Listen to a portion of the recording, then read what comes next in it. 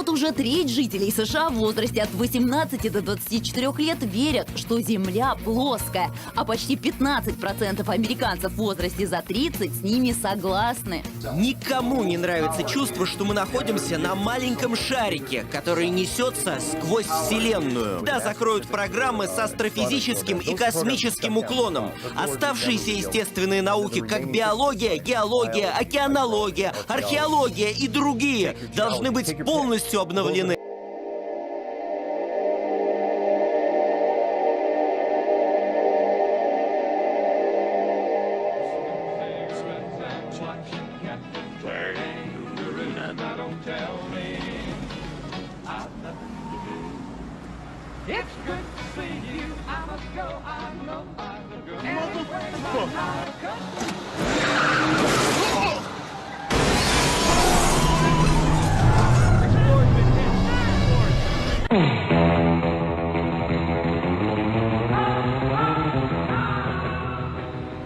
Hold him.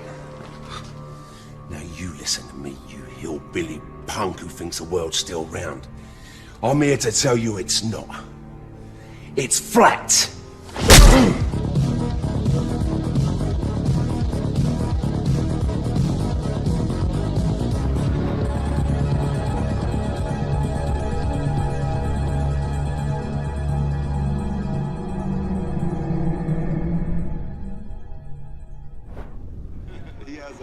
He's an interesting guy, man, and, you know, he believes it, so. Kyrie, the Earth is flat, right? Yeah. Yeah. Yeah. So, whatever. The Earth is flat. That's news. That's news. Here we go.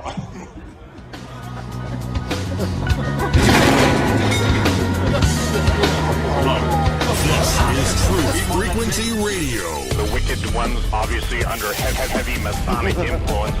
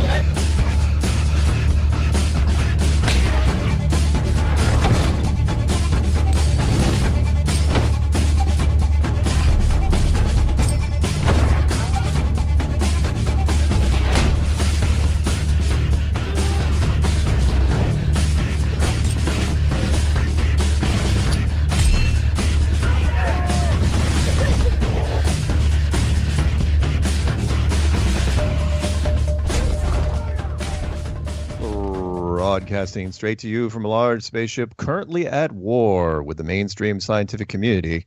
Meanwhile, the Peanut Gallery is awaiting his invite on the new Chinese space station to be completed in 2022. Maybe now we can get some footage of one that's constructed. Since the Americans didn't want to do that.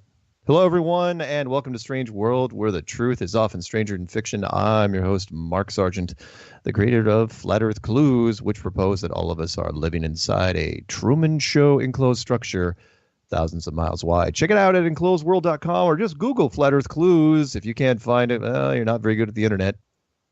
For those of you listening to this on YouTube, you want to hear the show live as it happens, please go to Truth Frequency Radio for the latest schedule. Currently, this show is on Tuesday nights at 7 Pacific, 10 Eastern. And if it is not May 29th, 2018, then you are listening to a rerun.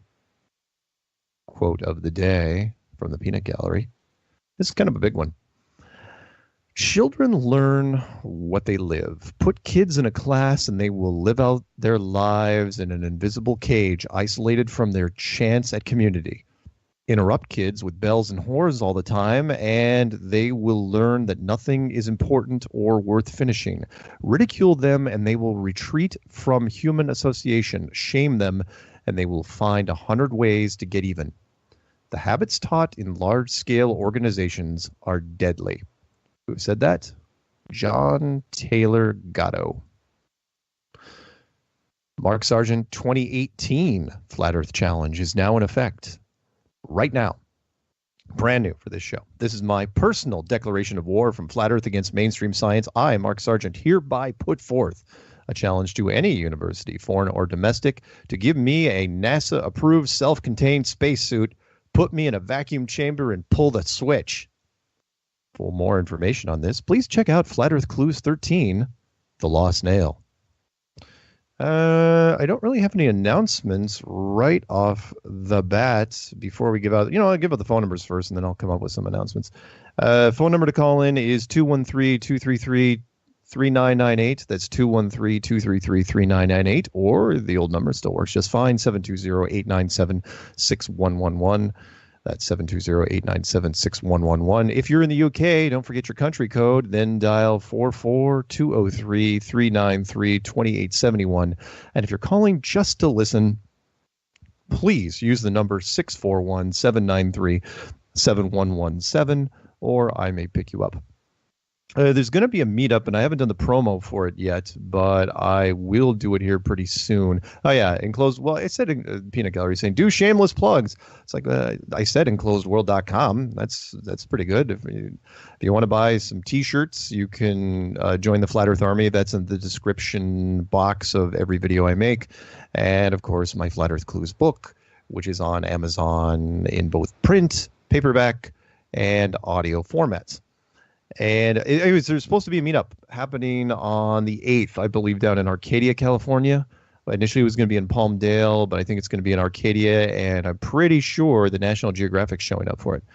I don't have my plane tickets yet, but I've heard from other people that they've already got theirs. So hopefully I'll be getting mine soon, and that's all I can really tell you about it. So please come down to it if you get a chance. If you're in the Los Angeles area, ask around, and again, I will put out a promo for it. It's the second I get confirmation. As soon as I get tickets in hand, I will put a promo out for it. But Los Angeles area, a week from Friday, National Geographic will be on hand. I believe it's going to be outdoors in a park, and I will be there. Pretty sure Patricia Steer from Flat Earth and Other Hot Potatoes is going to be there. Rumor has it that Rob Skiba is going to be there. I cannot confirm or deny that Jaron from Jaronism will be there. All these things happening right now.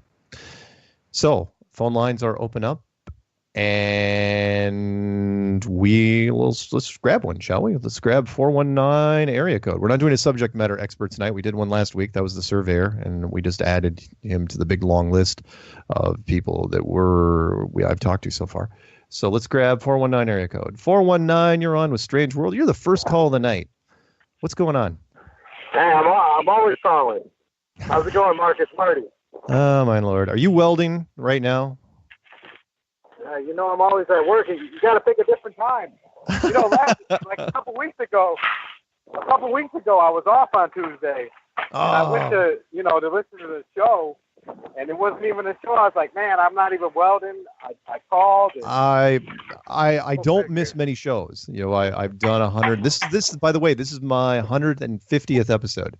Not that there should be. Hey, congratulations. Well, I mean, it's not balloons and streamers time, but it's something. 150 episodes. I mean, if you're doing one a week, 50 something weeks a year, that's 3 years worth. So that's pretty amazing.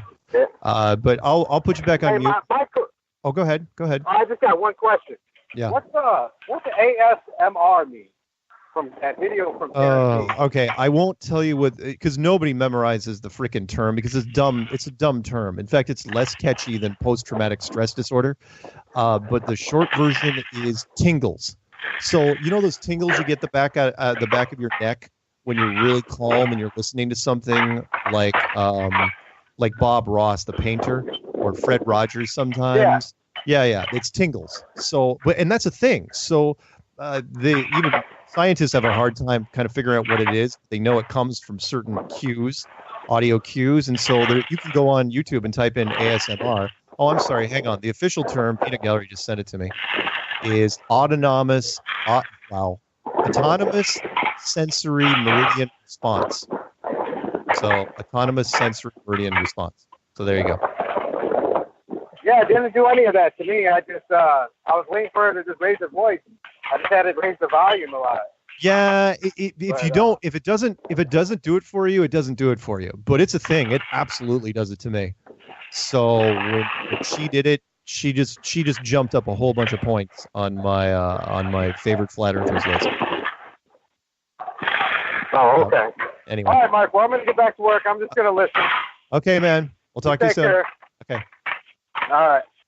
All right. So we're doing a call-in show, by the way, and we've got a number of callers, but we'll hit them in order. So let's grab 928 area code. 928, you are on with Strange World right now. What are we talking about? Yeah, I was just wanting to talk about the Pope and the Vatican and the archangels. Okay, go ahead. That's fairly new for me, but that's all right. Go ahead. Well, if we're in an enclosed world and yeah, somehow they got everybody believing that infinite expanding universe is more believable than just some entities making a big old dome for everyone to live in. Yeah. The ever-expanding universe seems completely unbelievable once you kind of think about it for a while. Right. Absolutely. So, but the Vatican and the Pope, they say that they're serving the servants of the Lord, and the archangels are, probably somewhere near the edge, and they're guarding the arch. Sure. Arch is spelled A-R-C-H, and archangel is spelled with an A-R-C-H on the front. Oh, I never thought about it like that. I like the jump. That's good. Yeah, so there's the archangels, Michael and Gabriel and whatnot. Yeah. Maybe the Vatican is serving the archangels, and they're the ones that have the keys out of the dome. Quite possibly. I mean, as you know, I've done a little bit of chapter and verse, and the old Orlando Ferguson map that had the angels on the four corners. Yeah, it was a flat circular disc, but eventually it's got to be an edge. And if it was built, right, an efficient building would be some sort of square. It would be squared off at the edges eventually. And so when the Bible talks about the four corners of the earth, thought that was really interesting because four corners on a globe, really, really tough. So yeah, holding back the winds and doing all that fun stuff. Yeah, you bet. Higher beings than ourselves. I totally believe in that. Yeah, so it's just kind of interesting to think that maybe there are people on Earth, and the lavishness of the Vatican screams out to everyone saying that we are the true servants of the Lord, and maybe the Pope or the Black Pope or someone has the key. They've actually been outside of the realm, right, and met with some entities that no one else on Earth gets to see or know exists. Right. Yeah, I like it. I was just thinking about it. It's good. If it's in your head, that's the start, and then from there, I mean, all it takes is one person to come up with an out-of-the-box thought, and it inspires other people. Inspiration inspires other inspirations, and which is why one of the reasons I'm doing what I'm doing. That's awesome. Well, anyway, yeah, I mean, back to my first point, though, it's just, I'll just end it here. It's just amazing the amount of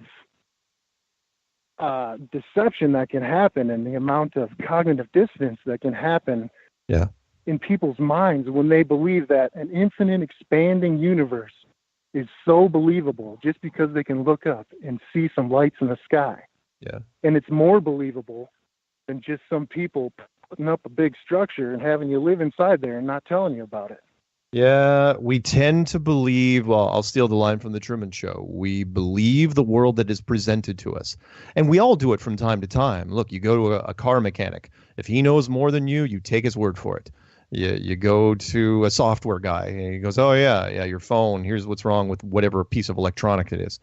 And when it comes to the world, we, for the longest time, believed in whoever was wearing the white coat, what they told us. And they're men like anyone else, and they take liberties and they take jumps that they shouldn't be, and say, well, they'll believe it because I'm wearing the white coat. I can pretty much make up whatever I want. And then it just turns into a really, really slippery slope from there. So, yeah, the conditioning is strong. I was in it as well. And what I love about the community is that everybody started in the hole. Everybody started out hating this thing. It's like, nah, flat earth, enclosed world, whatever. It's a joke. It's a piece of crap. There's no way. And then everybody climbs out of it eventually. Some take longer than others, but eventually everybody gets out. So we're getting there, man. The numbers keep growing and growing.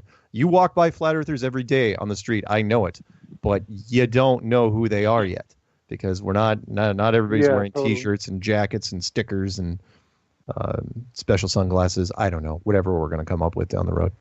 Anything else before I send you off back into wherever you are? I think you're in Arizona. Yeah, Arizona. Yep. Yeah. I can't imagine a more fascinating predicament and a more fascinating reality than the one we're in right now. I mean, once you look into it like that, I mean, that's a completely overused term, is to look into it, but you know, especially in the YouTube world of 2018. But it's just so unreal. I can't believe it. Yeah. But yeah, the numbers are growing. It was like 20 million. We're 21 million. Anyone that's looking at, we just caught up to Donald Trump just now. So if you go into YouTube, type in flat Earth, sort by upload date. We're at this morning at 20.8, and he's at 20.9. So we're right there. And you're thinking, wow, what does that mean? I'm going, well, it means is we caught the most talked about media friendly or not media friendly president of the United States. And we did it in his first term. We caught him. And who knows who we're going to catch next. So I'm gunning for either Katy Perry or Taylor Swift. That's my next goal after Donald Trump. Because you got to have goals. Well, could I just say one more point? Yeah. Go ahead.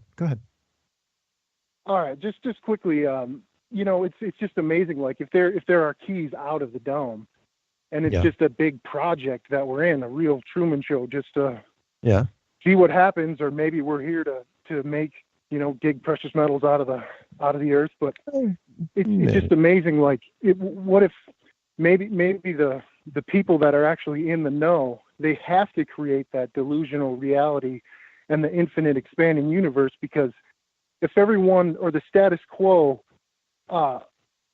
belief system of the inhabitants of the realm were to understand that they are in an enclosed environment, that they wouldn't want to like go to work, and they wouldn't want to. Agreed. It would be wouldn't want to excel. Yeah. It would be a huge adjustment. You're absolutely right. So, you know, I don't blame them from keeping the secret as long as they did, but all good secrets, it's got to come out eventually. And I think we're just about there. Hey man, I gotta run off to the next call, but thank you very much for buzzing in and reaching out, and we'll talk soon. Okay. All right. Thanks, Mark. Take it easy. Right. Bye-bye. All right, let's jump over to, 910 area code. 910, you are on with Strange World right now. What are we talking about? Good evening, Mark. This Hi. is Jake from North Carolina. Hey, Jake. I'm the guy who usually calls about the eyes, you know, and displacement of weight on the earth. I got some new things for you. Sure. I remember being a young kid in the back of the car, my mother driving, looking outside at the moon at night, and I said, why is the moon following us? You ever had that experience? Of course. Sure. Okay. I'm sure you've had the experience of someone's house, the Jesus pictures with the eyes that follow you everywhere you go, right? Yep.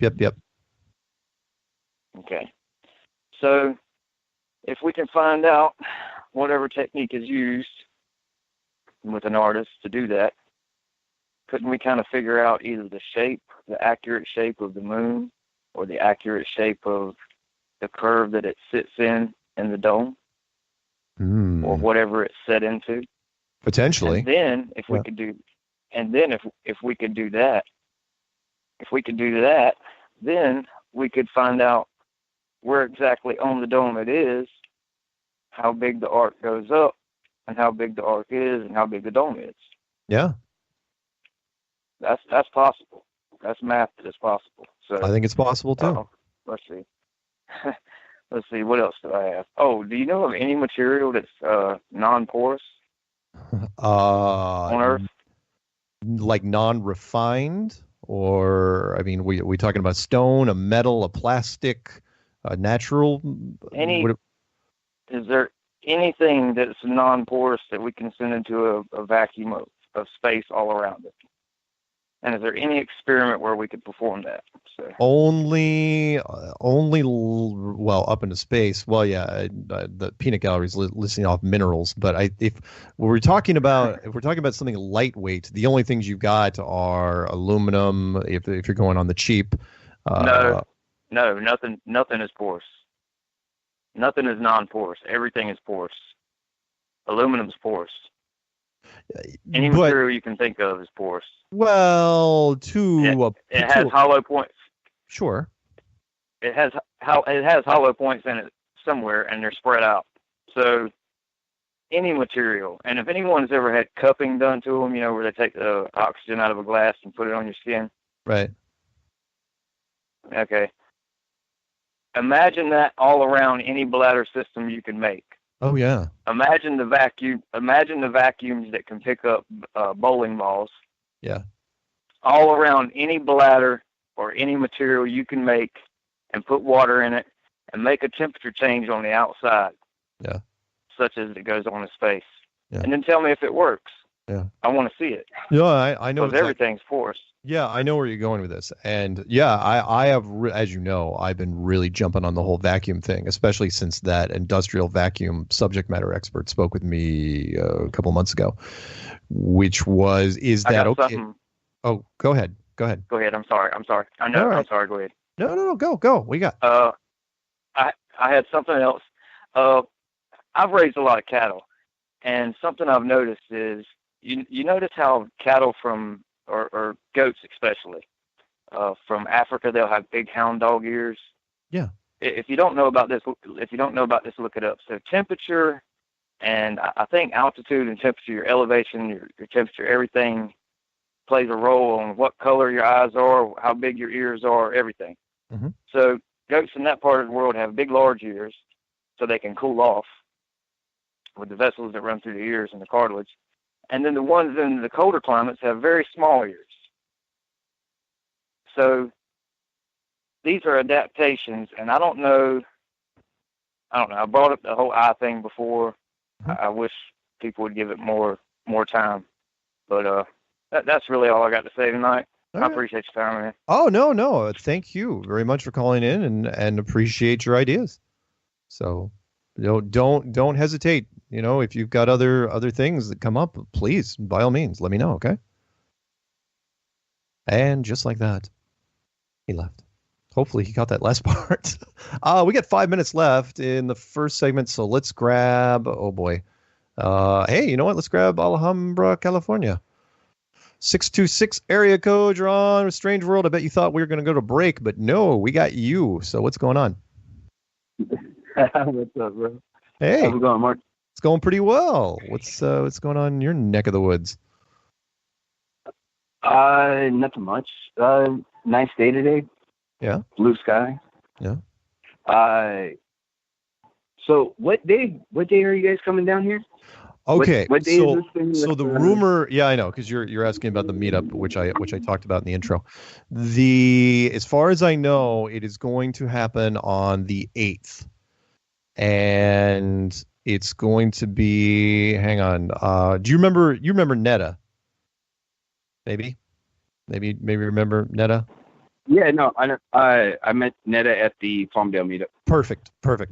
It's going to be picnic in the park. It's going to be at Arcadia Park, 405 South Santa Anita Avenue, Arcadia, which I know you know. So, and it's... I know exactly what it is. There you go. So I don't have a time yet, but again, as soon as I get the details, I will let you know. But that's what I'm shooting for. Apparently, I'm going to be there.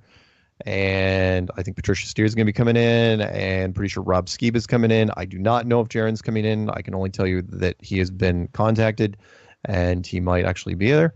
So, yeah, talk about fun. It looks like it's going to be fun. And National Geographic is supposedly going to be there. So, yeah, that park's actually like 2 blocks from where you were staying last time, dude. Oh, wow. Cool. Like you could have like walked there. Well, that's all right. No worries. I mean, that'll be fun. And then the test, the reason why initially I was coming down was there was a debunker or a skeptic society that is trying to do a long range visual test out at the Salton Sea, which is to the east of Los Angeles by a couple hours. And they initially asked me to come down. I didn't want to come down. And the National Geographic got involved. They said, "Hey, you should come down." I go, "Why don't you fly me down?" And I should never bluff people like that, because that's what's going to happen to me with the vacuum chamber too. I'll be like, "Put me in a vacuum chamber." And someone will hook me up with that. So that's what's going to happen. So yeah, Arcadia, California, the 8th. That's it's not absolutely 100% nailed down yet, but from what I understand, it's going to happen. I think it's at this point it's probably going to happen even if I'm not there. But I am definitely, I should know by tomorrow if I'm going. So that's awesome. Yeah. But, hey, so that's cool. Your whole challenge with the vacuum chamber. That's awesome. Yeah. Well, I could die, but I don't think I'll die because they can't do it. And you know why I'm doing this. I mean, you saw the clue I put out, and that is I know. If for those of you who don't know why I'm doing this, it's because the more I looked at the frickin' spacesuits, the more I realized that a spacesuit is basically just a bag of air, a fabric container of air, and there is no way in hell that a container like that would just inflate immediately and under high pressure. It would be like a suit of wood. It would have that much pressure behind it, and you wouldn't be able to do anything, let alone walk and run and play golf and do all these experiments. Your gloves wouldn't work. Nothing would work. And then I realized, wait a minute, there's no freaking astronauts in vacuum chambers on video going all the way back to Apollo and Mercury. And in fact, they looked like when they were the early days, they looked like they were just wearing motorcycle suits. This like skin tight, this fabric as like, so how did that work? That worked fine. Nobody died in that. You just guys kept making them bigger and bigger. You think anyway. So yeah, that's why I'm doing it. And I don't think anyone's gonna let me do it. But hey, this way they have no excuse. Beforehand, it's like, well, rockets are expensive. We don't want to send you to space and all this crap. It's like, fine, just get me an old astronaut suit and put me in a chamber. And hopefully someone else go with it. Yeah. So anyway, I got one for you. What? That doesn't involve your life. Oh crap! Can you hold through the break, because we're going to music in 4, 3, 2, 1. So hang with me. I'm going to put you on mute. Okay. No problem.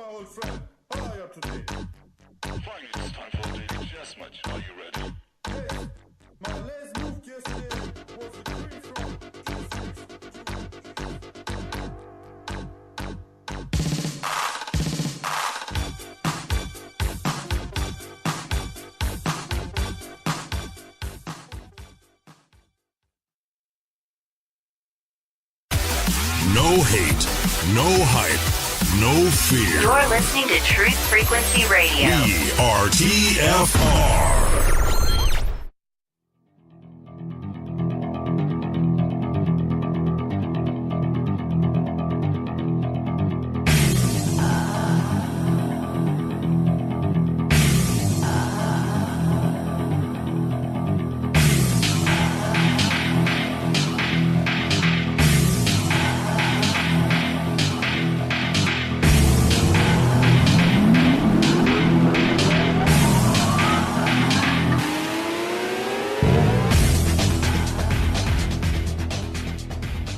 Welcome back to Strange World Part 2 of 4. Tonight is a call-in show, and we had Josh from California on with us, and we will talk to him in a second. And after that, we will pick up Canada, Manitoba, Canada, because they're calling long distance. So let's see what Josh has on his mind. I'm back. Okay, so what was your idea rather than throw me in a vacuum chamber that could possibly mean death? Yeah, exactly. So how fast do micrometeors travel? I looked it up. Very the fast. average 20,000 miles per hour is like the slowest you'll come up with. Okay. With the ISS, they say that they have Whipple shields protecting them.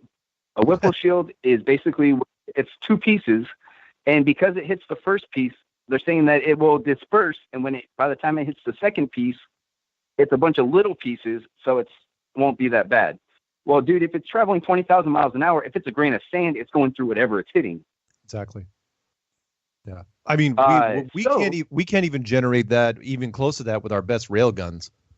And those do immense amount of damage. That's where this comes in. So technically, shouldn't the spacesuits be bulletproof? Yes. Oh, you're saying that the spacesuits are micrometeor proof? That's what they said. Oh, That's not me. That's what they say. The outside fabric is protected against micrometeors. It's made the same design as the Whipple shield. Yeah. But better, they say, but they don't tell you how.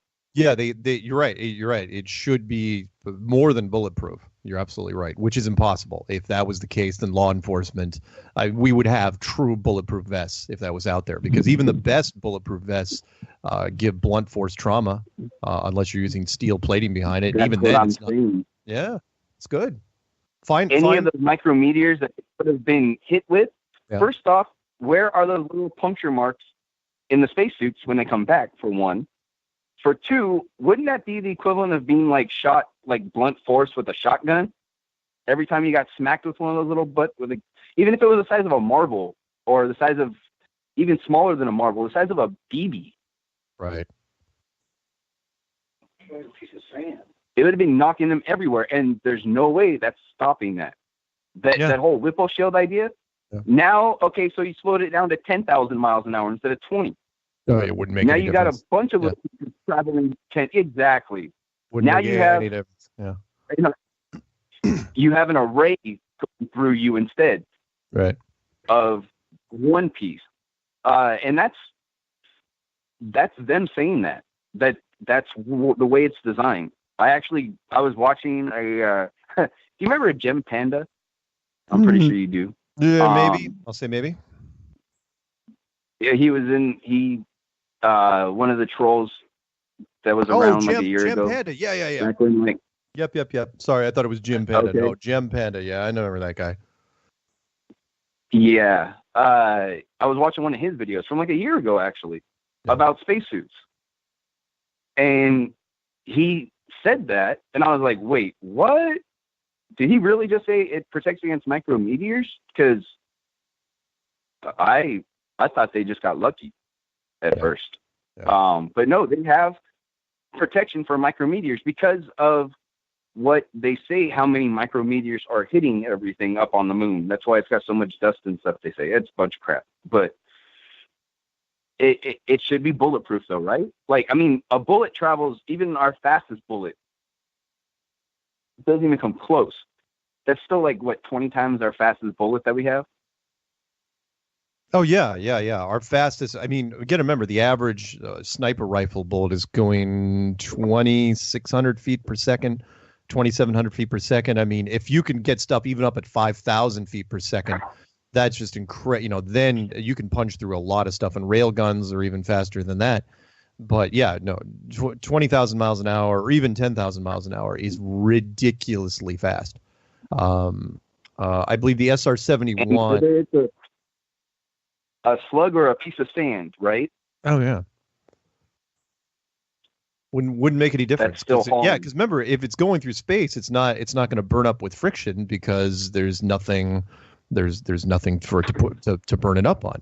So yeah, even a grain of sand, a micrometeor could just wreak havoc, and yet none of the people in the ISS seem concerned about it in the slightest. And that is, look, even a micrometeor the size of a nickel that punched through the side of that thing. would kill everybody instantly. Exactly. Yeah. So yeah, that's what I'm thinking about. It's good stuff. I like it. Instead of stepping into a vacuum chamber, I think it'd be a lot more fun to put it at the end of a firing line and just fire at it. Well, I mean, you could do that with a mannequin though. But it's not bad. But I'd love to see the documentation on it first. If they actually truly say that a spacesuit can protect you from micrometeors, because I just don't see how that's possible. We're talking about objects with so much kinetic energy. I'll send you the link, Mark. Yeah, send me, please. Anyway, I've got to pick up the Canadian guy. So thank you for that. And remember, of course, he's on the... we have time before. Let's see. Wait, next week is. Yeah, we got time. I'll have another show before meetup, so no worries. Alrighty, man. All right, I'll talk to you soon. Talk to you later. Bye. And Peanut Gallery said yes, the .17 Remington. Yeah, I know it's a really, really tiny bullet that goes at 4,145 feet per second. Just sent you the link up there for the spacesuit. Yep, how liquid.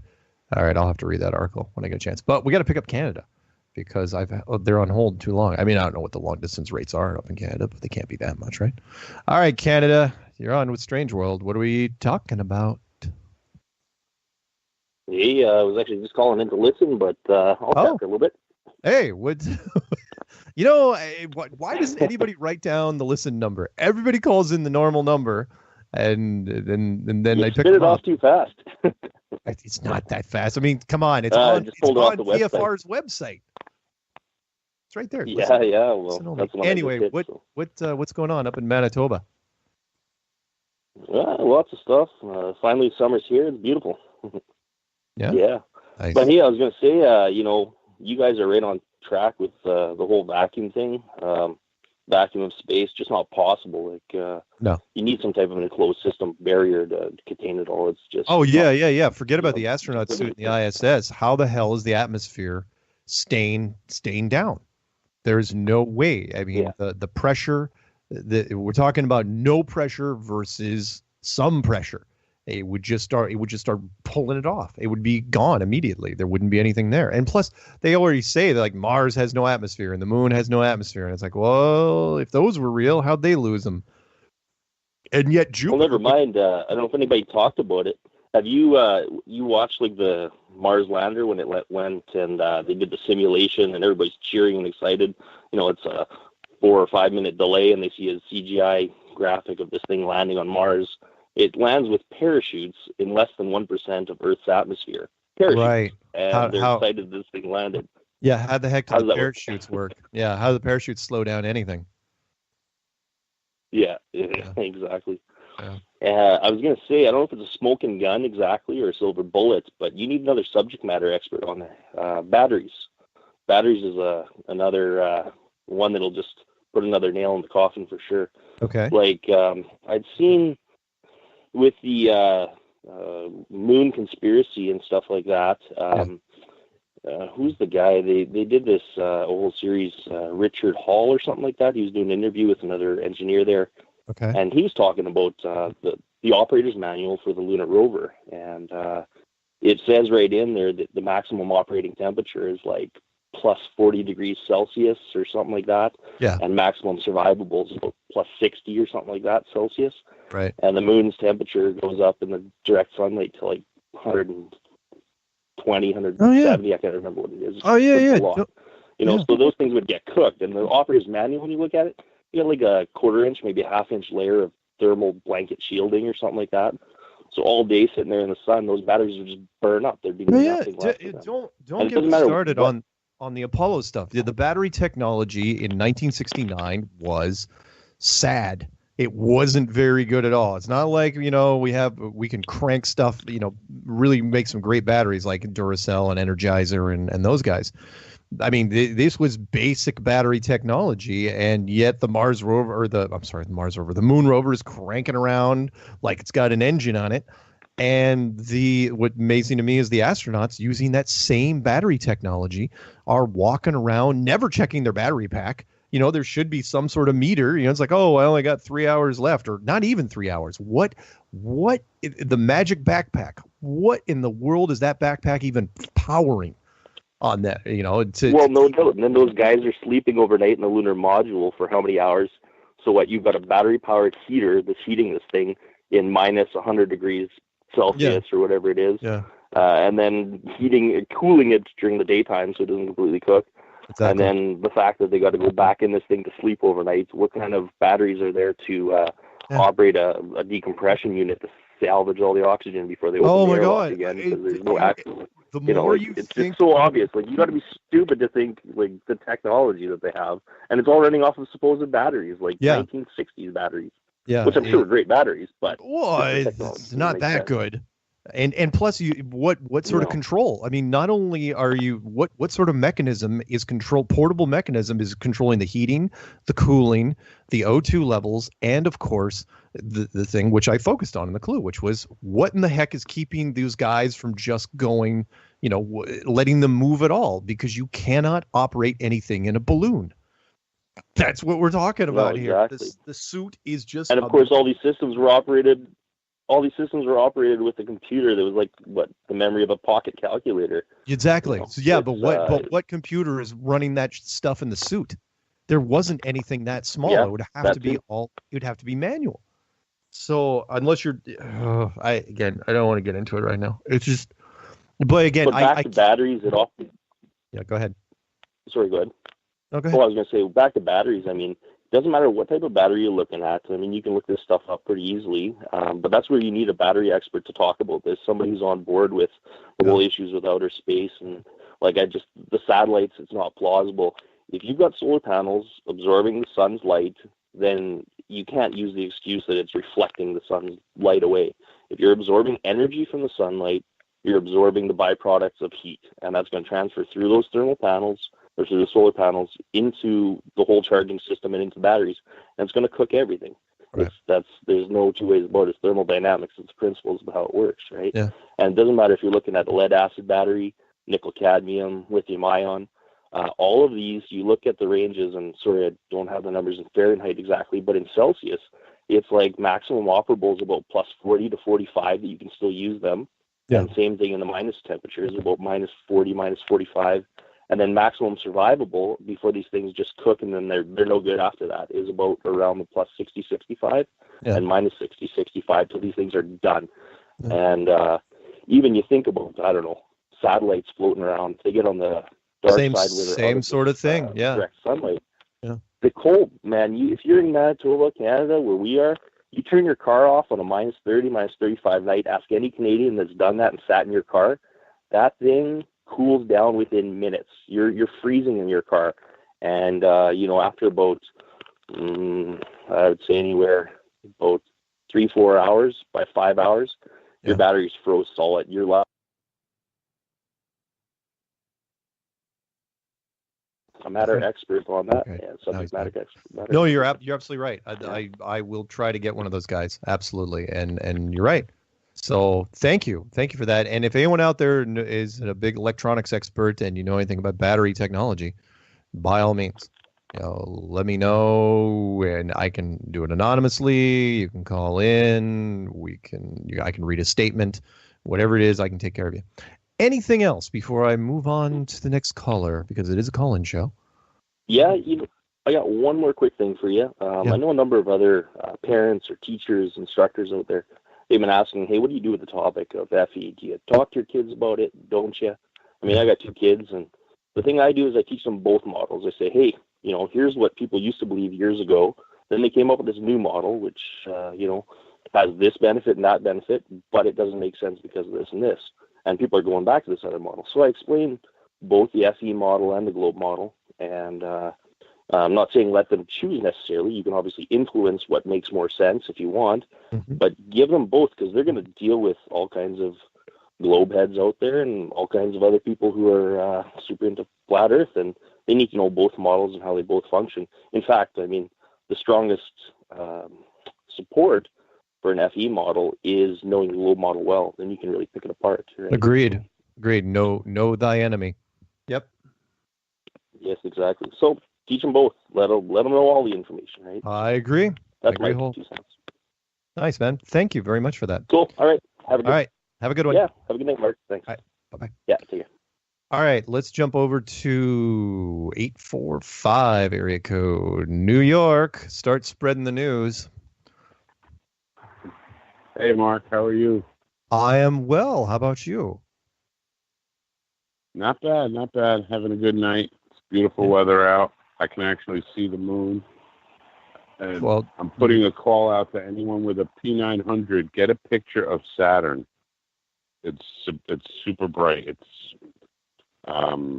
what is it? The Saturn reset or something they were calling it. I forgot what it was called. Yeah, but Saturn is visible. I had a quote for Saturn by Henry Wadsworth Longfellow.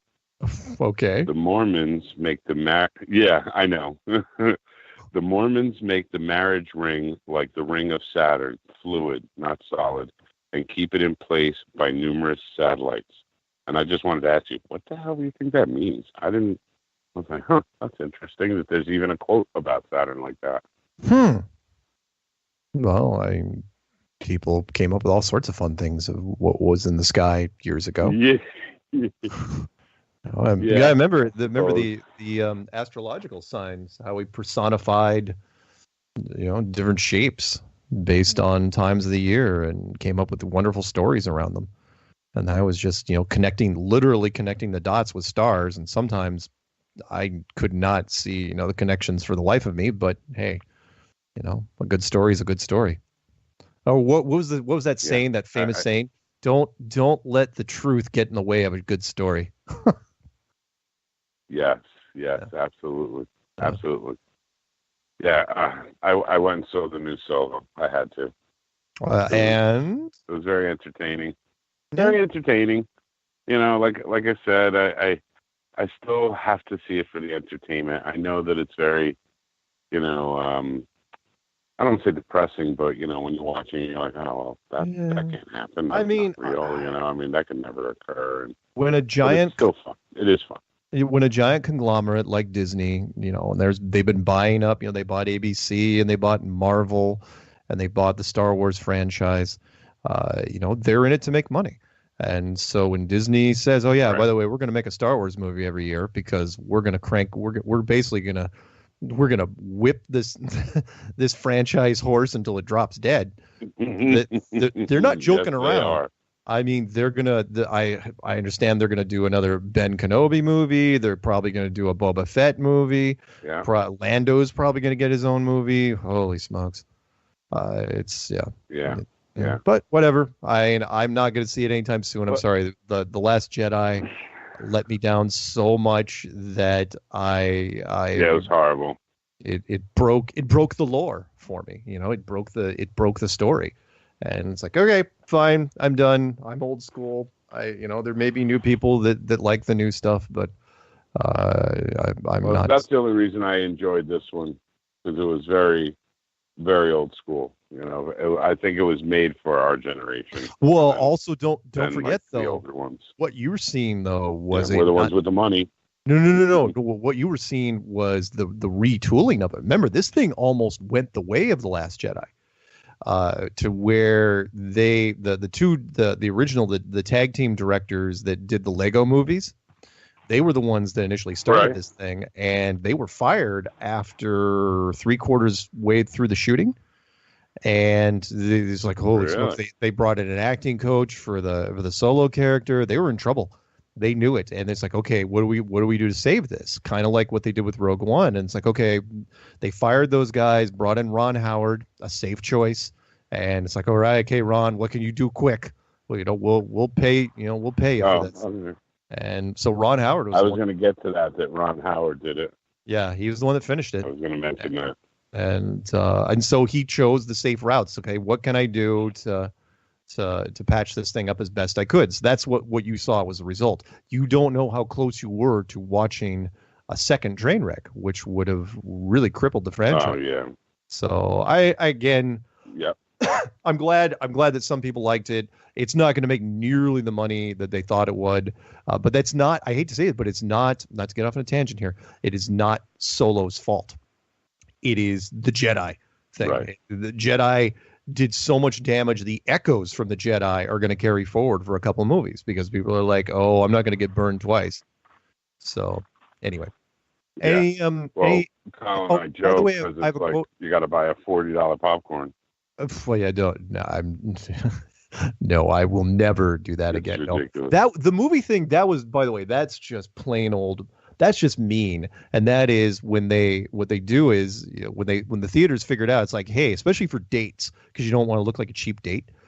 We can just keep upping the prices of dirt cheap soda and popcorn because they have to buy it because no one wants to look like a cheap date. How high can we make it?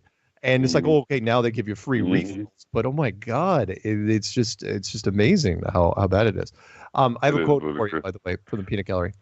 It goes a little something like this. Okay. At the heart of science is an essential balance between two seemingly contradictory attitudes. An openness to new ideas, no matter how bizarre or counterintuitive they may be, and the most ruthless skeptical scrutiny of all ideas, old and new. This is how deep truths are winnowed from deep nonsense. And that was by Carl Sagan. Nice. So, I hear, and I'll throw you to Neil deGrasse Tyson. Yeah. I'm a fan of the planets in any combination. When I was born, Mercury, Venus, Jupiter, Saturn, Uranus, Neptune, Pluto, the Sun, and the Moon were all in the sky. Dick. I'm sorry. Wow.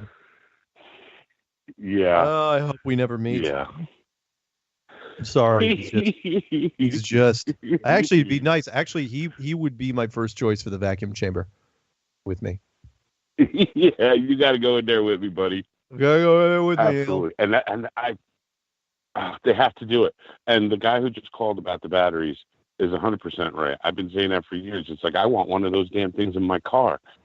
They're such liars. I mean, there's so many things that they used that when you really look at it, you're like, wait a minute, that doesn't even work in what they're saying. No. Yeah, there ridiculous. Are no super materials, and if there were, eventually it would get down to the civilian market, and they are not. They don't exist. They're not there. Like super. Granted, they used metal mesh tires on the moon rover supposedly, but the battery technology. Oh, there's back in 1969. Right. But the shuttle. Go ahead. No, I was going to say the shuttle tires. They told us, oh yeah, they're pressurized, 300 pounds, 305 pounds. Oh yeah, the tire bay. No, we didn't mess with that. That's not even pressurized. Hello. It has to be. Told us to our faces that shit will explode. What are you talking about? Yeah, ridiculous. Yeah, it has to be. All right, I'll let you go. Okay. Love you guys. Love you. Shout out to everybody. Candy, Karen, everybody. Josh. And Josh was right too. Those things are maybe bulletproof, but it's like when you get shot with a gun, it's like getting hit with a baseball bat. Oh yeah. There's still trauma. Blunt force trauma is no joke. Yeah, and certain organs don't like that. Like those squishy ones. Most of them. Yeah. Oh man. All right. Take it easy. Thank you for taking my call. You're the man. I love you. Have a good one, and I'll talk to you later. Okay. Bye-bye. All righty. Bye. All right. So we got a minute and a half to the break. You know what? Let's pick up somebody, and then we'll just carry them through the break. Let's do 318 area code. 318. You're on with Strange World right now, and you got about a minute and a half, and then we'll go to break, and maybe we'll pick you up on the other side. So are you there? Hey, Mark. It's Preston from Louisiana. Hey. Forgive me, man. There's kind of a delay, but yeah, man. Apparently, Louisiana is the only state where curvature is found. How so? Well, it's kind of a little inside joke. The people out there listening understand what I'm saying. Do you have a special guest on tonight? I don't. We had a special guest on last week, and then this week I had a few people kind of lined up, but it's like, I didn't want to press it. I was kind of busy trying to organize some other things. So tonight is just call-ins. I was hoping that one of the guys that backed out recently, I was hoping that he would change his mind. Why? Just 'cause? Well, I mean, basically change his mind as to want to come on and Oh speak. yeah. It happens. I mean, I've had people call me, and we set up. It's like, oh yeah, totally get you on the show, and it's like, okay, let me do a couple things, and I'll call you back. Never call back. Some of them are nervous about letting themselves out there. Oh crap, we're gonna go to break. You want to stay with me for a couple minutes? All right. I'll put you on mute. I'll pick you up.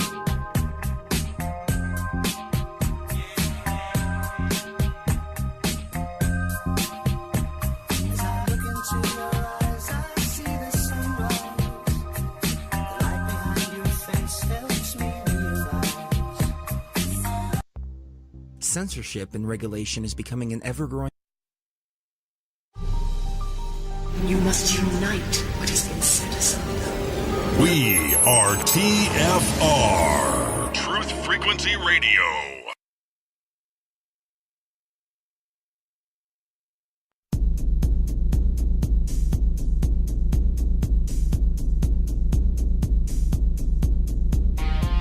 Major Kong. Primary target the ICBM complex at Laputa. Switch all receiver circuits to CRM discriminators.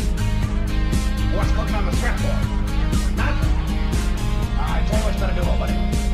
You're gonna give Elmo and Charlie a blast, man. Bump everything up to condition written, stand by the motor on the base.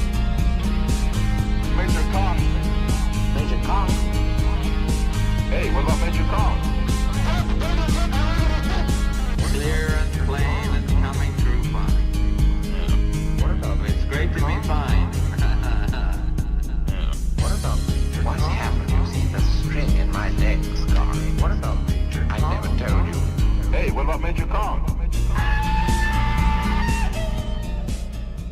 Welcome back to Strange World, part 3 of 4, and we are doing a call-in show. We got all sorts of fun calls. After Louisiana, we'll try to pick up Oak Harbor, Washington, then maybe South Carolina, North Carolina, California, then get back to Denver, Colorado. Hopefully, we'll start off with Louisiana, who we were talking to before the break. You still there, Louisiana? What do you got still? What else you got? Hey, yeah, I'm still here. Just to get a little background, do you watch the Flat Earth podcast show? Sometimes with DITRH. Sometimes I do, but Yes. In fact, I caught. What was the last one? They were having fun with one of the guests because it was like an alternate of an alternate. But anyway, what did you want to say about him? So this is kind of off topic a little bit. Mm-hmm. So have you heard of the Yanni or Laurel sound? Yawning or Laurel sound? No. Maybe the people out there. So this really doesn't help because you haven't heard the episode. That's Okay. why I asked you if you heard it. Oh, sorry, Anyway, I can't catch it. basically, there's a sound that is being played, and some people hear the word Yanni, and some people are hearing the word Laurel, and but it kind of takes my thunder away, the fact that you haven't heard the episode. So it really wouldn't do me any good. That's okay. It's interesting, but do you remember what episode it was from? Like a few weeks ago? It was the most recent. It was the most recent one they posted. Okay, I will check it out. Check it out, man. Good to talk to you, man. And just one shout out, man. Sure. Shout out to everybody out there who is trying to change the world. Right on. We need it. All right, man. Stay Thank flat. you. Bye. Bye-bye. All right, let's jump over to, well, before we do that, real quick, there's a quote from the Peanut Gallery, and it is from NASA.gov. The spacesuit also shields the astronaut from deadly hazards, besides providing protection from bombardment by micrometeoroids. Really? The spacesuit insulates the wearer from the temperatures extremes of space. Without the Earth's atmosphere to filter the sunlight, the side of the suit facing the sun may be heated to 250 degrees. The other side, exposed to darkness, may get as cold as negative 250 degrees. Wow, that's a great suit. That's amazing. Hard to believe, isn't it? Very hard to believe. All right, let's jump over to 360 area code. I think that's in my neck of the woods. 360, are you on Whidbey Island right now? Yeah, Mark, how you doing? Hey, man, what's going on? There's a delay, unlike on the ISS sometimes. Yeah, well, it's TFR for you. So. Yeah. But that delay always varies on their system. So. Yeah. Yeah, I want to commend you on episode 13, Flat Earth Blues. It's well done. Thank you. It was. I had waited a while on that one, and I'm sorry, the vacuum stuff I just can't get past. So now I've got to do something on it, which is, look, the suit cannot work. It cannot work the way it's advertised. It's impossible. We're not talking advanced physics. We're not even talking basic physics. We're talking balloon physics. This is really easy to understand, and that is, imagine a little balloon, right? Imagine a balloon, and imagine you're inside that balloon trying to do something on the outside of it. That's what we're talking about. And I don't care if that balloon is skin tight or not. The pressure of the inside of that suit is going to want to get out, and it is going to make that suit extremely rigid, and you're not going to be able to move your arms.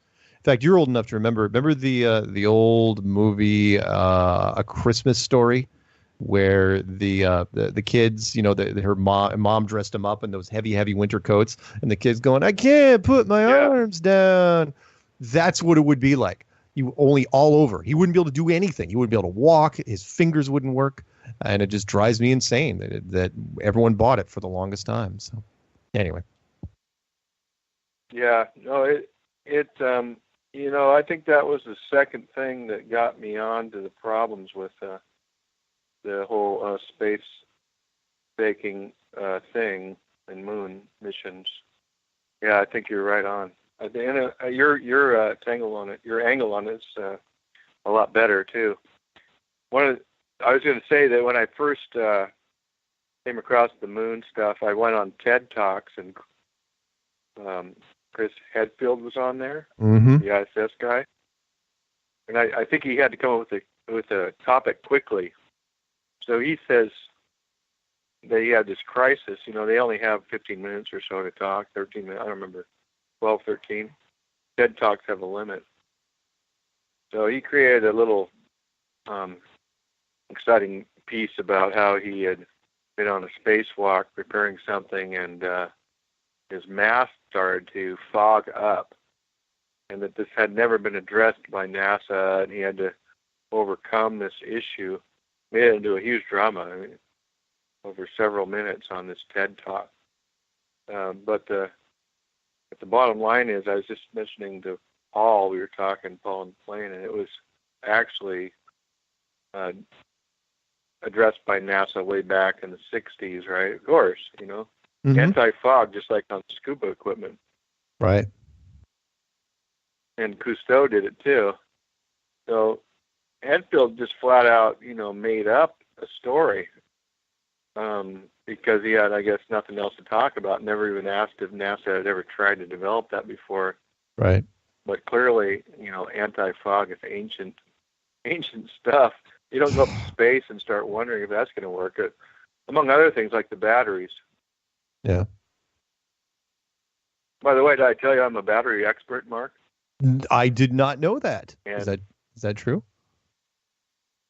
Yeah, I'm an expert because if a battery in a Tesla car is blowing up all the time in 2018, as it has the last 3 weeks, and in 1969, they didn't have any problems with these ancient, whatever they are, batteries up in space, and 37 years later, firing up a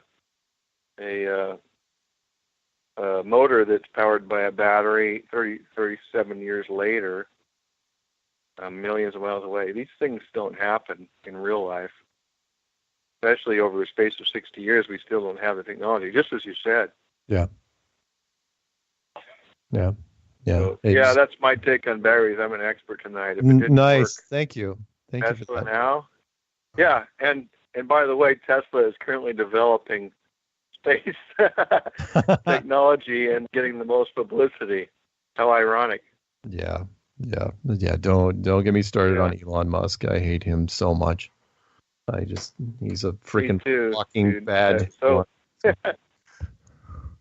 yeah.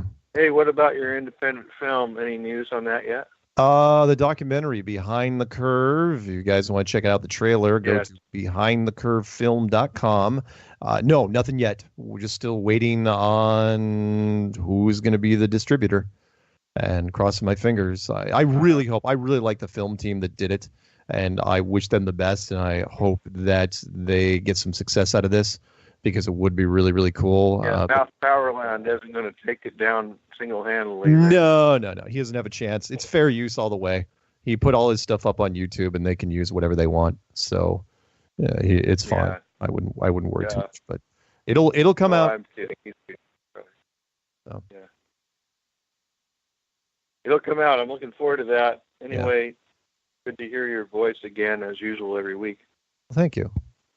And thank you for calling in. And we will talk again soon. Okay, man? Yeah. You take care of you and your family. Bye-bye. All right. Bye-bye. All right. Let's pick up. This one's in North Carolina, 980 area code. 980. I don't recognize the number, but the name seems familiar. What's going on out there? I want you to picture a butterfly. And I want you to place all your negative feelings on the wings of that butterfly. I want it to flutter away. You know who this is, Mark. I do. Of course, I know who it is. Picked up this line. Oh, did you not? Are you just calling in to listen? No. Did you not? No. Did you not think I was going to pick up this line, or did you not think I was going to pick it up during this segment? No, I knew you were going to pick up. I just didn't know when. Oh, well, surprise! Here I am. Yeah. So Yeah. how's it going? It's going well. I saw you mirrored my ASMR video. Why did you mirror my ASMR video? Because, okay, one, and a lot of people don't know this about me, I am an ASMR person. Absolutely 100% always have been. I'm fascinated. Although ASMR, I hate that term because it's a stupid term. I mean, in fact, the correct, the real one should be just tingles. Neck tingles or head tingles or whatever it is. And I love it. I've always had it. I've had it since I was a kid, and but I didn't know it was a thing until much, much later. I thought it was like, wow, you only hear it like once every couple of years. And I think the first television show that did it to me was Bob Ross, the painter. I thought he was just freaking hypnotic. I was going, wow, why is this guy hypnotizing me? And I haven't even been drinking. And then Happy Little Trees. Yeah, Happy Little Trees. And oh god, yes. It was great. And the water, the gentle flowing water, the streams of water with the little reflections on it. Yeah. Yeah, it was great. It was And great. the happy clouds. But I love Bob Ross. oh, Bob Ross was fantastic. Oh, by the way, people don't know who I'm talking to. I'm talking to YouTube channel Karen B, who made a I think the first, you were a trailblazer, the first Flat Earth ASMR video, which was you basically talking close up, whispering to a microphone about a lot of different things, soft and soothing. Yeah. And it was really, really great. And you did the whole, I didn't know that finger tapping and finger fluttering was also a thing, or brushes. I mean, you did your homework. I will say this, because I've watched other ASMR things. I did do my homework. Yeah, you hit all the notes, and it was great. And your ratings on your channel were great. The ratings on my channel, oh my Lord, there was some upset people there. I think it was mostly trolls, though. You're like a troll magnet. You're like a big troll magnet. I am. Like I thought I was a troll magnet. No, I'm a huge troll magnet. But you're like a way bigger troll magnet. Yeah, there's a lot of people that hate me, and that which is fine. I mean, because I put up stuff and I don't care. I'll put up weird things, and in this case, I thought it was awesome. I thought it was great because also you're pulling in the ASMR people. So remember, there's people that just all they do is go to YouTube and type in, "Oh, ASMR, I must get my fix." And it's like, okay, they do not even look at any of the words around it. As long as it's ASMR and generally it's a female, an attractive female, they're in. And it was great. You know what's funny is I did get a couple of comments from people where they're like, and they were ASMR channels, and they're like, yeah, they're like, I'm not a flat earther. I was just looking for ASMR, and I ended up here, and I like it. And I was like, cool. Yeah. Cool. Yeah. But I thought what I loved was reading the comments on your channel's version, and because that's why I sent you the Seinfeld stuff. Because it reminded me, if you guys are, any of you out there are Seinfeld fans, there was an episode where Elaine goes into a comedy club and saw Jerry's tape recorder there because he records his own shows. And so she decided to do some dirty ASMR stuff. Although back then it wasn't even a thing. It wasn't ASMR. And then all the guys... There was no ASMR back then. It was just dirty talk. Yeah, it was just dirty talk. And, well, because there was... that's all it was dirty talk because there was no clean But version. I didn't even say anything really dirty in my video. Like, no, I literally just legitimately wanted to put out positive energy to flat earthers because we get so much hate. That was my motivation. Like, we get attacked. We get just constant attack from all directions and hate. And I just thought, man, I just want to put something out there that's just going to make flat earthers happy. I just want to make flat earthers happy because we deserve it. We go through so much. We get like in abnormal amount of negativity sent our way because that's how it is in this world.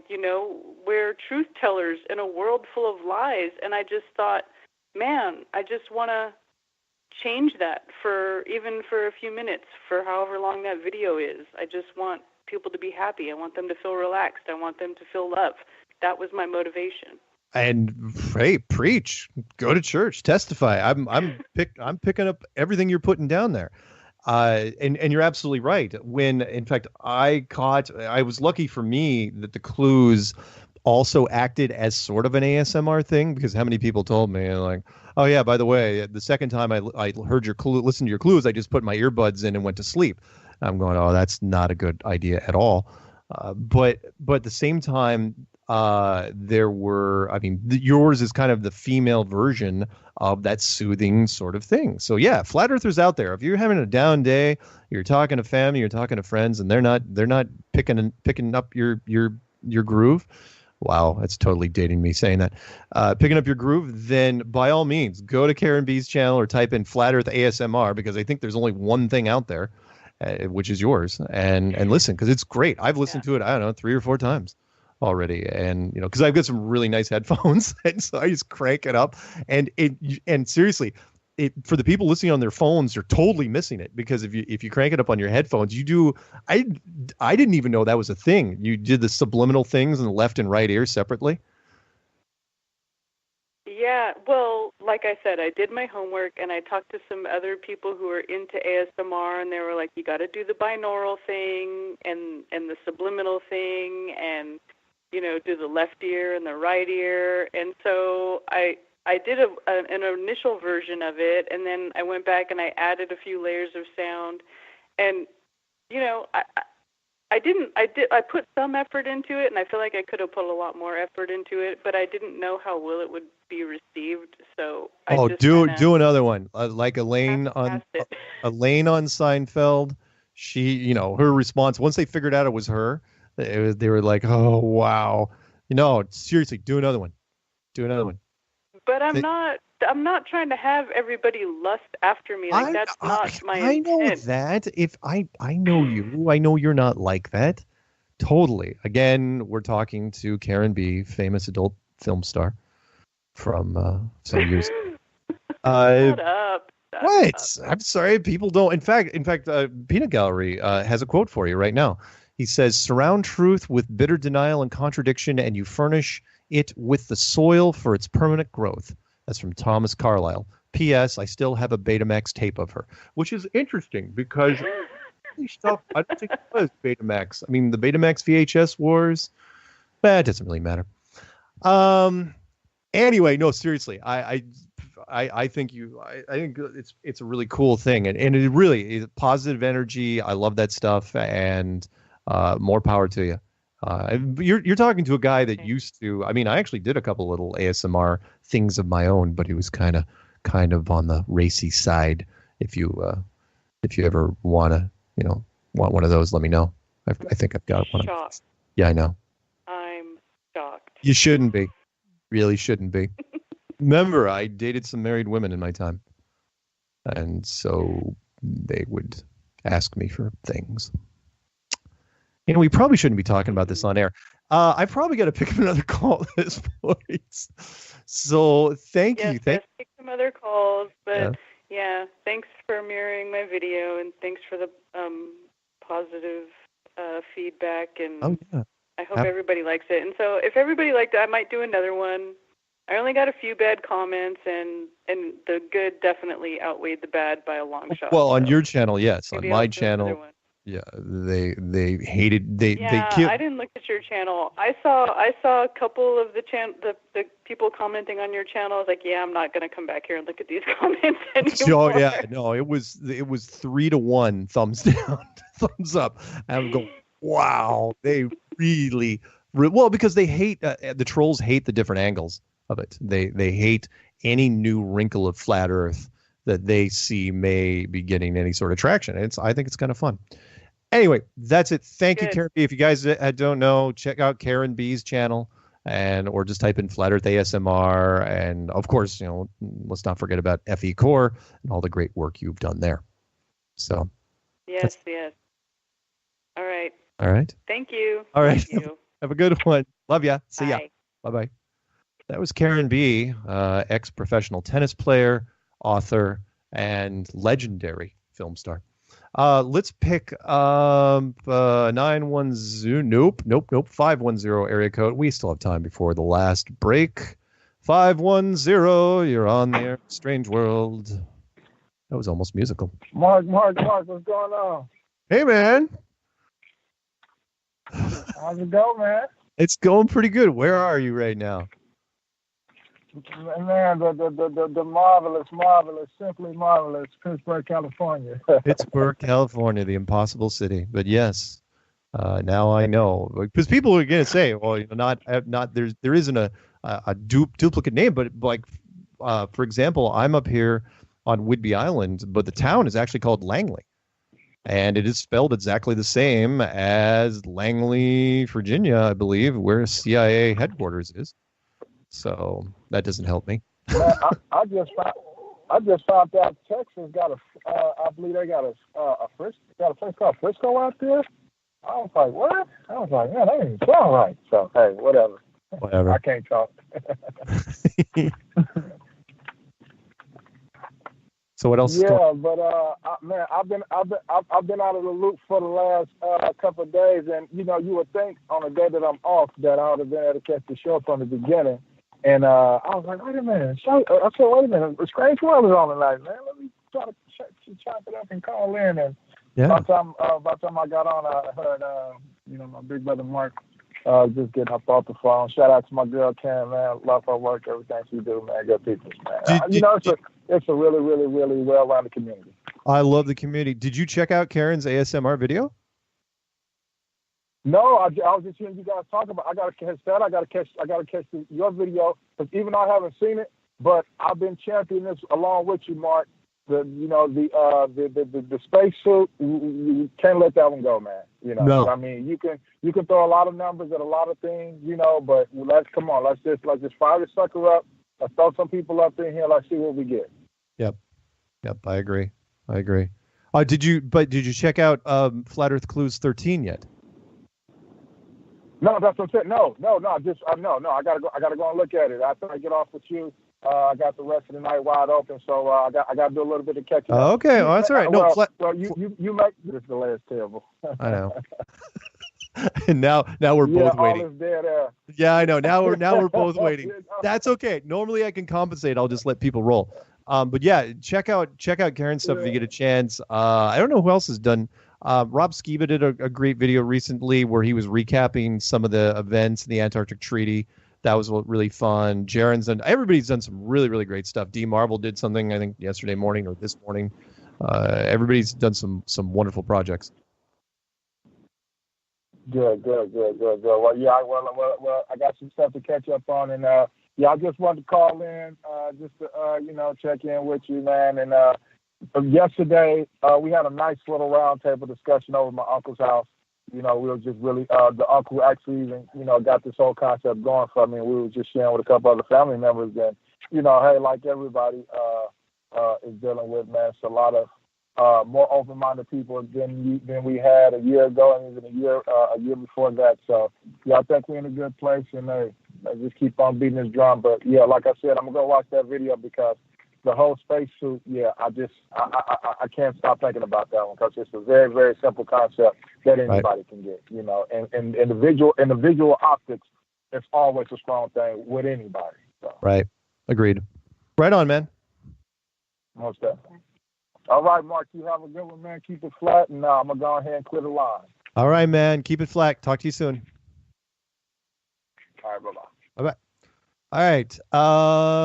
We are going to go to our last break here in about 45 seconds. And after we come back, we're going to try to pick up Denver. That's 303 area code. We're going to try to pick up 916 area code. I think that's in California. And then I think we're going to be in pretty good shape. So the phone number is going to be 213-233-3998. That's 213-233-3998 or 720-897-6111. 720-897-6111. And thank you, everyone, who has called in so far, because it's been a great show. And our music kicks in about 5 seconds. And then we'll come back, and hopefully I won't forget the Joe Jackson thing, and we'll see. Stick around. We'll be back in 3.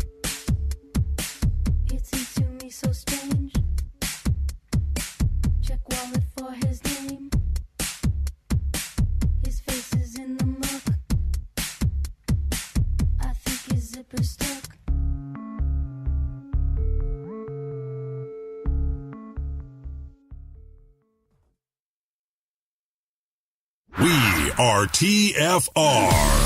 My faith in destiny is all I need to prevail.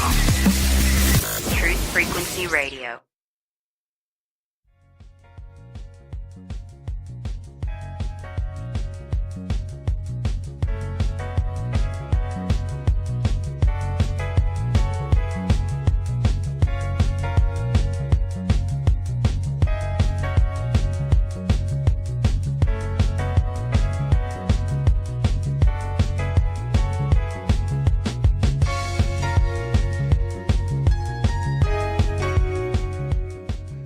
Welcome back to Strange World, part 4 of 4. And yes, that was Joe Jackson stepping out from his album, Night and Day. Okay, it's Colin's show, and we were going to pick up Denver first, or 303 area code, but we're going to skip. We're going to go back to Denver right after this call, which is going to be 916 area code. And I don't know where it is, but I think it might be a mental institution in the East Coast, and they get one call per day, so let's make it count. I just called to say I love you, and I know you need to calm down after her call. Yep, I was right. It is a mental facility. So, excuse me, dear. Can you tell me the types of medication that you're on right now? We don't have that long to call. Hey, how are you? Actually, quit smoking about 2 months ago, actually. Not permanently, just kind of just cutting employment. back. Yeah. Everybody needs drug tests for employment, so I have to, do the right thing for a little while. But yeah, I just had to call, and because I haven't called in a very long time, so. That's true. You haven't called in a while. Yeah, all this stuff. There's so many things going on, but yet not at the same time. I'm just waiting on these aliens to come take over the Earth so we can leave. You're kind of helping I don't know. Everything's kind of. I know, that's what I say. But I think everything's kind of stagnant right now. Like everybody's waiting for something new. Yeah. Well, with fire, I haven't heard anything really new. Well, you know what it is we've saturated the lower tiers of media. In fact, I was telling a producer this the other day, and he said, "What are you hoping that's going to happen real soon?" I go, well, we pretty much dominate YouTube right now, and all the major networks have covered us in internet format, but we haven't reached the top tiers of media yet. We haven't done daytime talk shows, we haven't done primetime news things. Nobody's been on Fox News. I mean, we made it over in Britain and England and did some stuff there. I think everything's in waves. So the documentary coming out, I have no doubt that that's going to really, really help. The next conference, the thing we do up in Canada, up in Edmonton, is going to be big. The Denver conference is going to be huge because this time the media can see us coming. They've already, this time anyone that missed it, all the media that missed it the first time, be like, holy crap, we got to go back. We got to go to this thing, and and Denver's so much more. It's a lot bigger than Raleigh. Raleigh. Yeah, a lot bigger. People don't know where Raleigh is. Yeah, it's it's easy for everybody to get to in the media. So I think it's gonna be a lot of fun. So yeah, you're right. We're kind of waiting for whatever the new thing is. The analogy I use is we're kind of at the end of Act 2, just in that lull before Act 3. And we've been there for a little while, but I have no doubt we're close to turning this thing into something really, really exciting. Yeah, I've been trying to flat smack some people. I think my cousin hates me now. Thinks I'm totally crazy because he's in the military, but everything I told him, he's like, wow, oh my God, But then the next day, he was talking to my family about the flat Earth stuff. They're like, we don't want to hear it. We don't want to hear it. It's crazy. But I mean, it's like a 50-50 now. It seems like some of my friends I've told, they're flat earthers now, and they're telling their family, so it's right. It's a slow groove, but it's grooving. Yeah. Well, I'll tell you a little story since I got you. In fact, this just happened to me. I know people in the documentary, you may have heard me tell the story when I was at the airport in Atlanta that, a security guy. I actually haven't watched it. Okay. Well, do you remember? You know my stories about as much as anybody, right? Do you remember when I went out to watch Zen Garcia debate some guy, and we went to a friend of mine we went to a bar literally right across the street from the hotel, and the bar we were talking in Atlanta. Yeah, in Atlanta. And a bartender, girl must have been in her mid-20s, came up to us and said, hey, are you talking about flat Earth? And I go, yeah. She goes, high five, right? And I thought that was really weird. And then I go to the airport that late afternoon to fly out, and the security guard who was doing a secondary screening on my bag, I was wearing the I Am Mark Sargent shirt. Oh, I did hear that. Yeah, you remember that, right? Okay, here's where it gets weirder, right? Literally, I'm not kidding. Could not make this up. 3 days ago, I'm here in the island, and there's a construction worker working on a condo really close to here. And I'm helping my mother load bags of dirt for her memorial garden for my grandfather. And the guy is just staring at me, right? I do not know this guy, right? And he's staring at me, and I go, what? And he goes, you're Mark Sargent. And I go, What?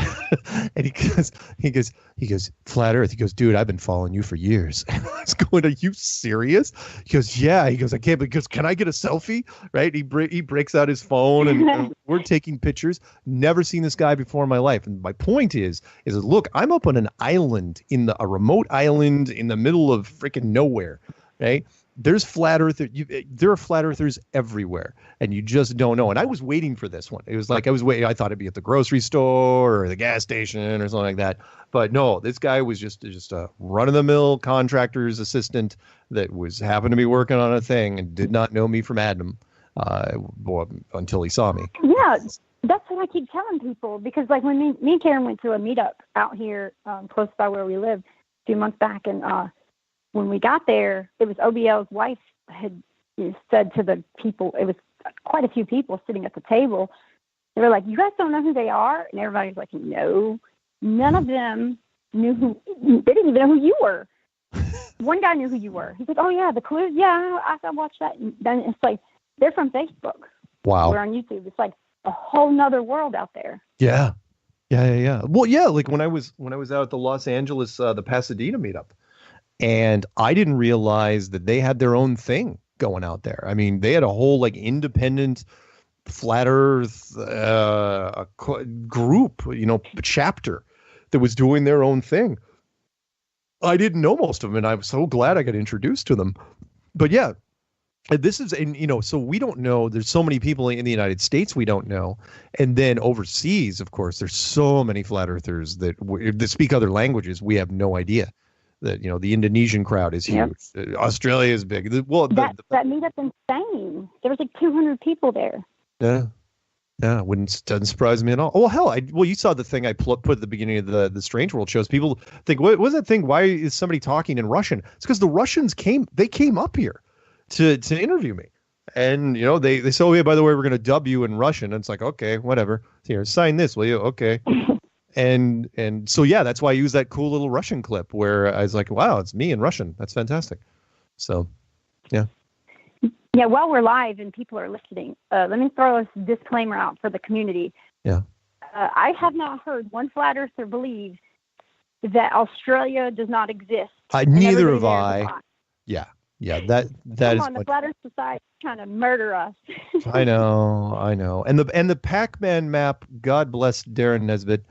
He's got to understand that the Pac-Man map scares the hell out of people that have never heard of flat Earth before.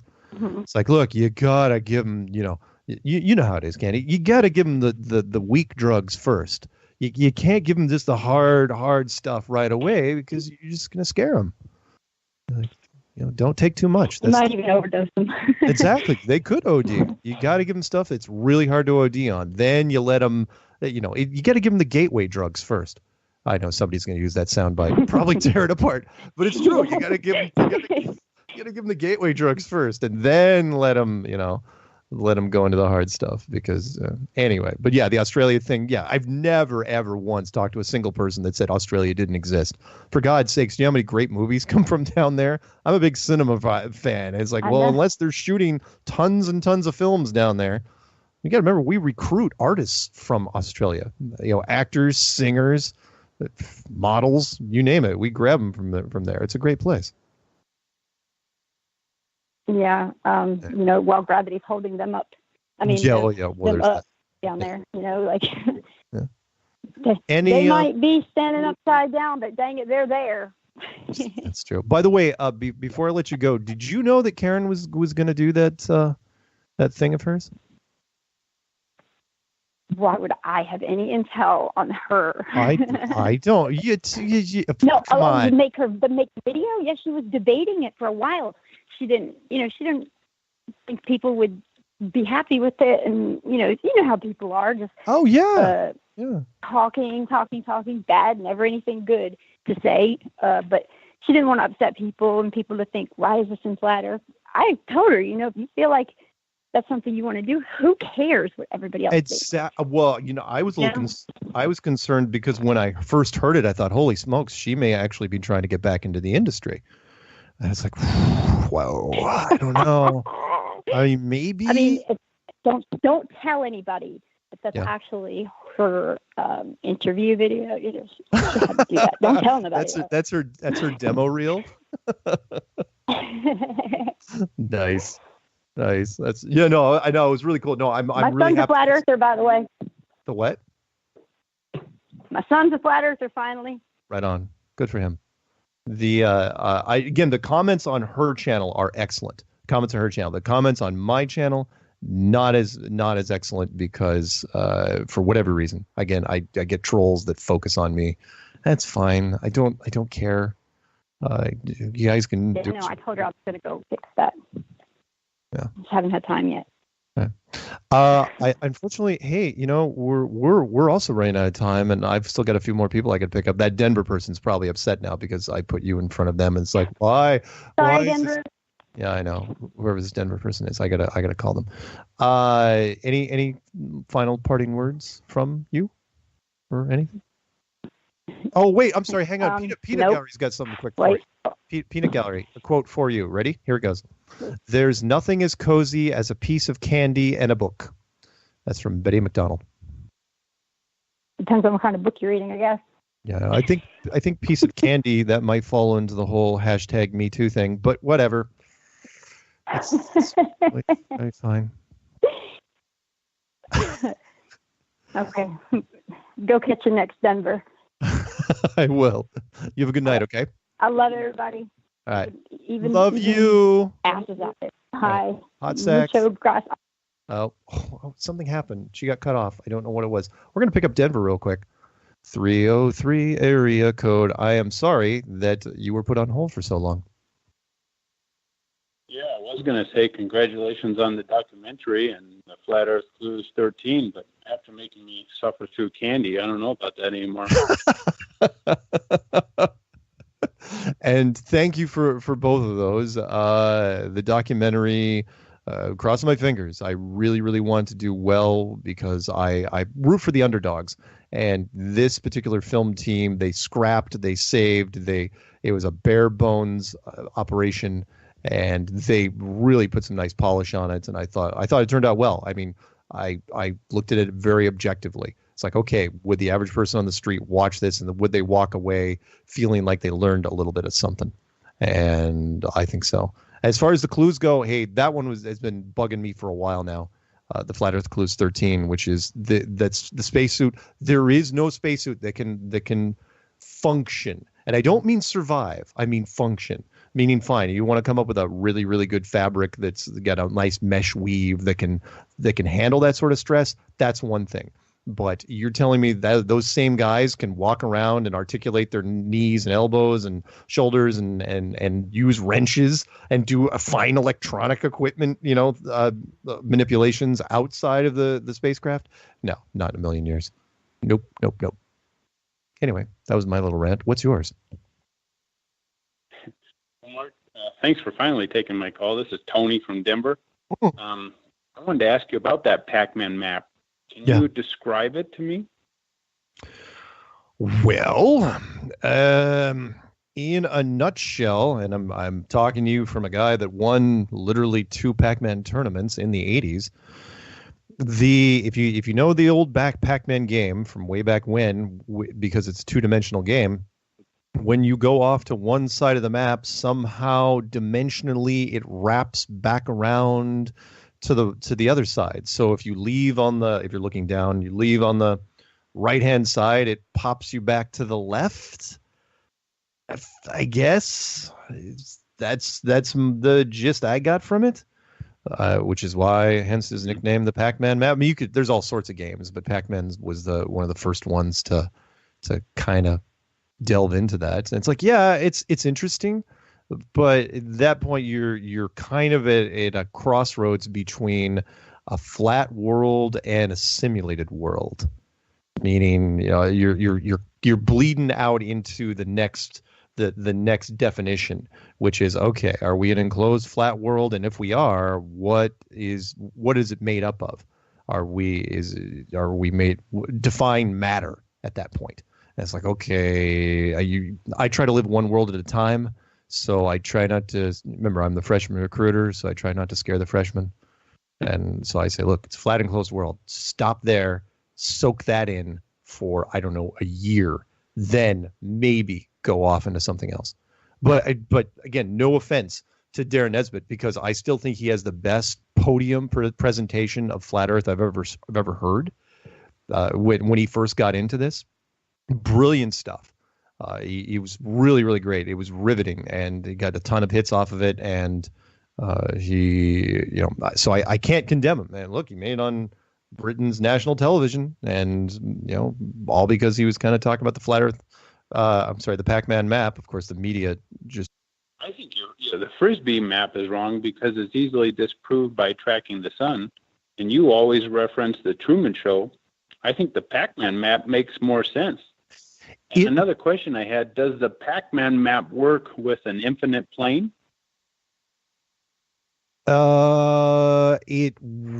It would, but then there would be a boundary per map. Meaning, infinite plane is an infinite plane. Let's say you had an infinite plane that was dotted with all sorts of fun maps like this. But the whole map, since it's infinite, it couldn't have a wraparound because there is no edge. But so you'd have to confine it to that particular set of continents, which again makes it trickier. But as you know, I'm not a huge infinite plane guy because then you still run into that vacuum problem, which is, because then you're talking about space. If it's an infinite plane, is it infinite and enclosed? Is there a ceiling on this infinite plane? Or it gets problematic. Again, you have to be able to, for me, you have to be able to break it down to somebody, the average man on the street, not you. I'm sure you're amazingly intelligent, but the average person on the street, you've got to be able to hit it to them usually in under 2 minutes. So that's what I try to do. So the Pac-Man map, for me, thinking of, go ahead. One more for me, the infinite plane I was just talking about, the Infinite Plane Society, has he really pulled a Tiger Dan on us? No, I don't know. I have nothing against him initially because, look, without him, we wouldn't have had the Mad Mike thing, which generated 3 massive waves of media attention. Yeah, it was great. Best $8,000 ever spent. And he was the guy that helped orchestrate that. He was the one that I love how the rocket proved the flat Earth. Well, yeah. No, it didn't have to. Again, it was just a great publicity stunt, and the media loved it. It's like Daredevils are always popular with the media, and there's so few of them now compared to, it takes a special person. Evel Knievels don't come around every day, and this guy was not that. But no, IPS, I think, is kind of reevaluating where he wants to go with this whole thing. What angle is he going to use? Because I'm sure he wants to get some light shown on him. And if he wants to do it with some sort of, saying that, oh yeah, I was a journalist inside the flat Earth community, hey, great, all for him. Because if he was, then he was what? He went native. If that was the case, look, he led chat raids and he formed the Penguin Squad. He did all these really, really cool things, which, he did more than a lot of ranking members in the community. And we'll have to see. Only time will tell where he goes. It would not surprise me if you saw him one day on mainstream media talking and saying, oh yeah, I was in there. I was embedded. But maybe you can't get the attention you want in his case until you get out and say you were in. You know what I mean? Where it's like, oh yeah, I was one of them. Because if you still are one of them, you're not going to get the attention. Mm-hmm. Yeah. Well, Mark, thank you. Yeah. Hey, you have a good rest of your night, okay? All right. Bye-bye. Bye. All right, let's grab, I think we can grab one more. Let's grab Canada. Blame Canada. 905 area code. Sorry for keeping you on hold, Canada, because I know you're paying by the minute. Yeah, it's great, Mark. I honestly appreciate everything you're doing. Thanks. And you mentioned the IPS chat raids. Yeah. So when that happened, I had a broken foot, and instead of getting a cast, I just left it off for a couple days, and I missed them all. Oh no!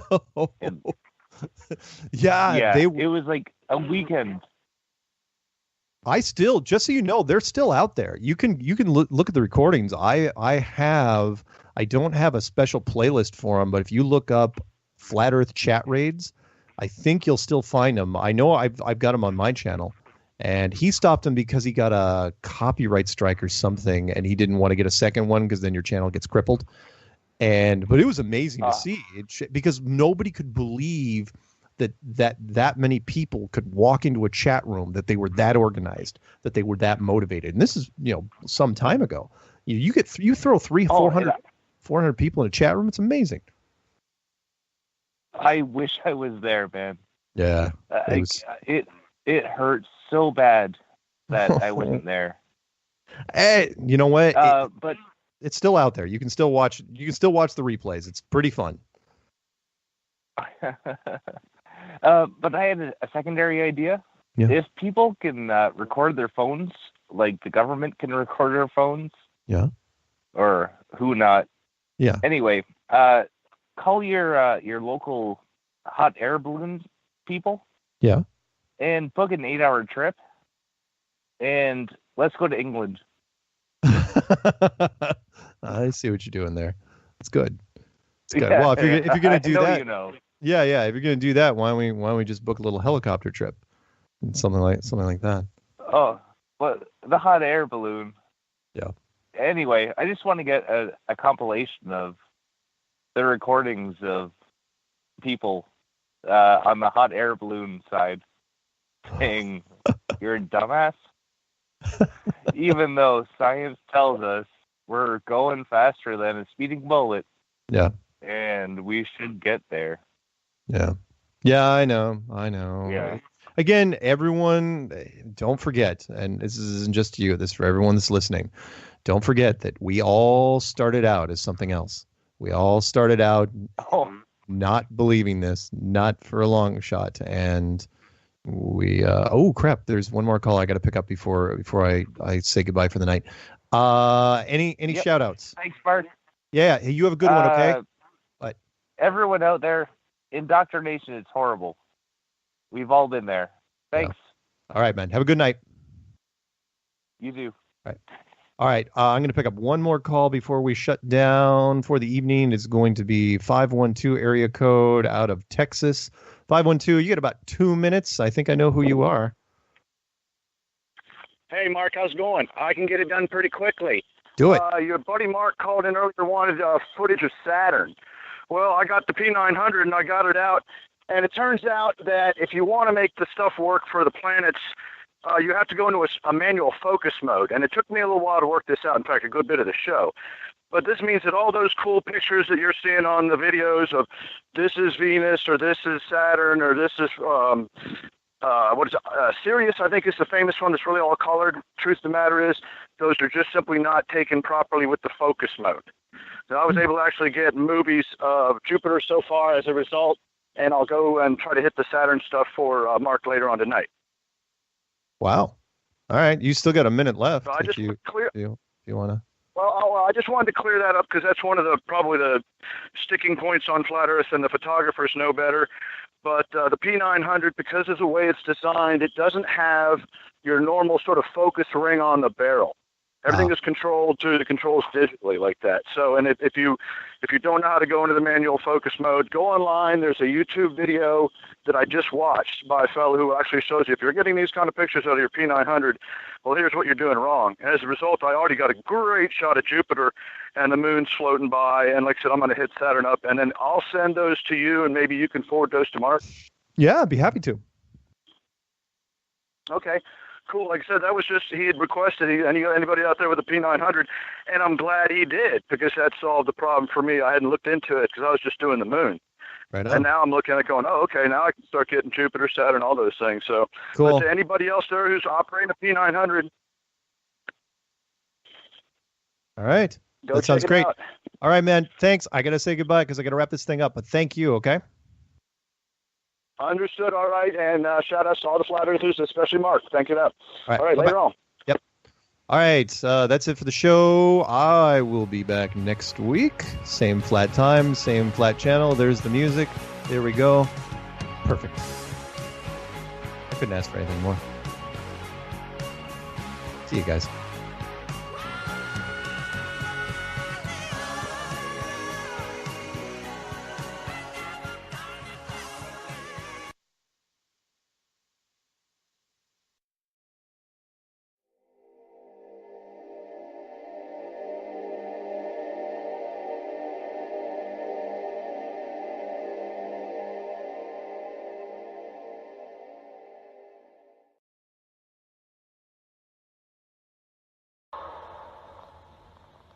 It's a great honor and privilege for us to be here representing not only